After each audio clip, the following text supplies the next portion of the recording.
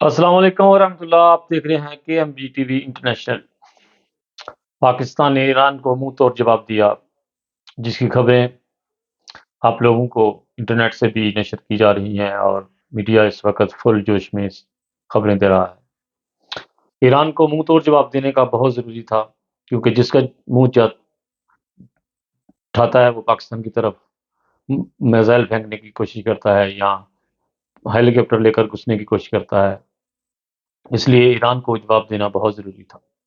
Pakistani army نے Iran کو ایسا منہ جوڑ جواب دیا کہ 3 میزائل پھینکے اور تباہی مچا دی۔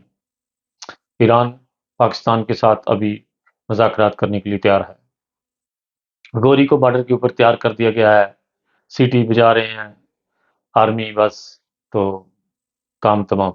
لیکن اتنی بیوقوفی تو نہیں کریں گے ابھی اتنی جلدی پاکستان والے، لیکن تیسری پارٹی جو ہے وہ پاکستان سے فائدہ اٹھا رہی ہے۔ بہت ضروری ہے ان مسلمان ملکوں کو آپس میں اتحاد کا، نہیں تو انڈیا تو پاکستان سے فل اپنا بدلہ نکالے گا اور بہت خوش ہوگا اس وقت انڈیا۔ اللہ نہ کرے کہ ہمارا کوئی دشمن ملک ہم لوگ پھنسے ہوں اور وہ خوش ہو، لیکن کیا کریں، جب سر کے اوپر پڑتی ہے تو پھر باری چوٹ دینی پڑتی ہے، نہیں تو کہاں دینے دیتی ہے دنیا۔ بہت طاقتور میزائل پھینکے ہیں پاکستان نے، اور ایران کہہ رہا ہے کہ میری حدود کے اوپر سے ابھی کوئی جہاز آپ کا نہیں گزرنا چاہیے، گزرے گا تو میں اس کو نیچے گرا دوں گا۔ ابھی پاکستان میں جو بھی جہاز آ رہے ہیں، جو سفر کر رہے ہیں لوگ، تھوڑی سی احتیاط کریں کہ بائے ایران کی حدود کے اوپر سے جانے والا سفر نہ کریں، کیونکہ ابھی بہت خطرہ ہے، دشمن کچھ بھی کر سکتا ہے۔ جب دشمن جو گرتا ہے تو وہ گرتے گرتے کچھ نہ کچھ اپنا نشان چھوڑ جاتا ہے۔ اس لیے بہت زیادہ احتیاط کی ضرورت ہے اس وقت پاکستان کو، پاکستان کی عوام کو، اور بہت زیادہ دعاؤں کی ضرورت ہے۔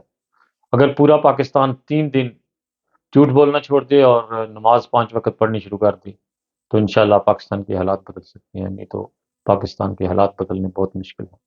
اس وقت پاکستان دل دل میں پھنستا جا رہا ہے، ایک طرف انڈیا، ایک طرف ایران، اور افغانستان پہلے ہی پاکستان کے حق میں نہیں ہے۔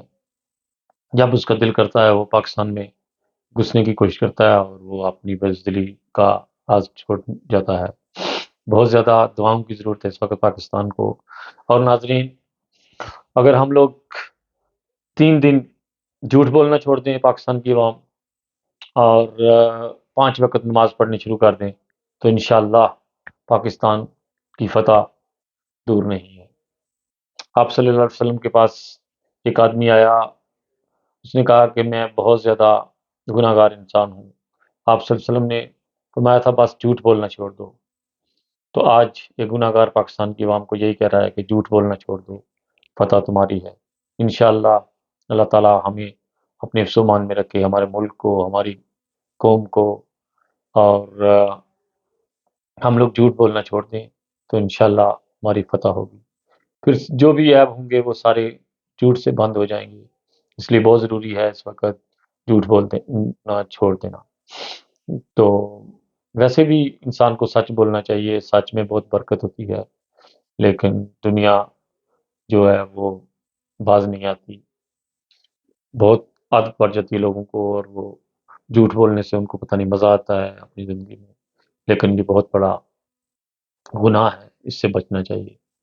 اور ناظرین، دنیا کی آج کل خبر یہی ہے کہ پاکستان کے اوپر جو ابھی مسلط ہو رہی ہے جنگ، راجاتے، یہ تیسری پارٹی جو ہے اس سے فائدہ اٹھانے کی کوشش کرے گی، لیکن پاکستان کو احتیاط کرنی چاہیے، جو بھی قدم اٹھانا چاہیے اس کو بڑا غور فکر کر کے، اور پاکستان کی عوام کو زیادہ زیادہ شیطانیاں کرنے کی ضرورت نہیں ہے۔ میڈیا کے اوپر بھی جو لوگ بات کرتے ہیں تھوڑی احتیاط سے، کیونکہ ایران بھی مسلمان ملک ہے، اس کی بھی ایک عزت ہے، تو پھر اگر ہم لوگ زیادہ، وہ لوگ کچھ ہماری باتیں بھی سمجھتے ہیں وہ لوگ، تو اس لیے تھوڑی سی احتیاط سے بات کرنے کی کوشش کرنی چاہیے۔ جو بھی میڈیا کے اوپر لکھیں یا اس کو مطلب تھوڑی احتیاط سے کام کریں، اور دعاؤں کے اوپر زیادہ زور دیں، پاکستان کو بچانے کے لیے بہت زیادہ دعاؤں کی ضرورت ہے اس وقت۔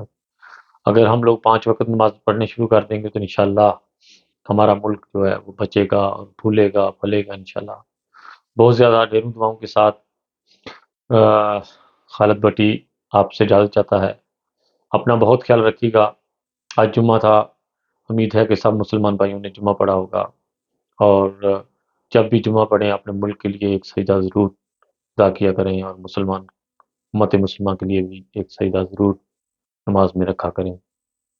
جب آدمی سجدے میں ہوتا ہے تو بالکل اللہ تعالیٰ کے قریب ہوتا ہے، جو بھی مانگتا ہے اللہ تعالیٰ اس کو دیتا ہے۔ جب 22 ملین 25 ملین کروڑ لوگ سجدہ ریز ہوں گے اپنے خدا سے، تو وہ التجا کریں گے کہ یا اللہ ہمارے ملک کو بچا، ہمارے ملک کو بچا، ہمارے ملک کو بچا، تو انشاءاللہ اللہ تعالیٰ ہمارے ملک کو بچائے گا۔ اس کے ساتھ ہی خالد بٹی کو اجازت دیجیے گا، بہت ساری ڈھیروں دعاؤں کے ساتھ۔ پاکستان زندہ باد۔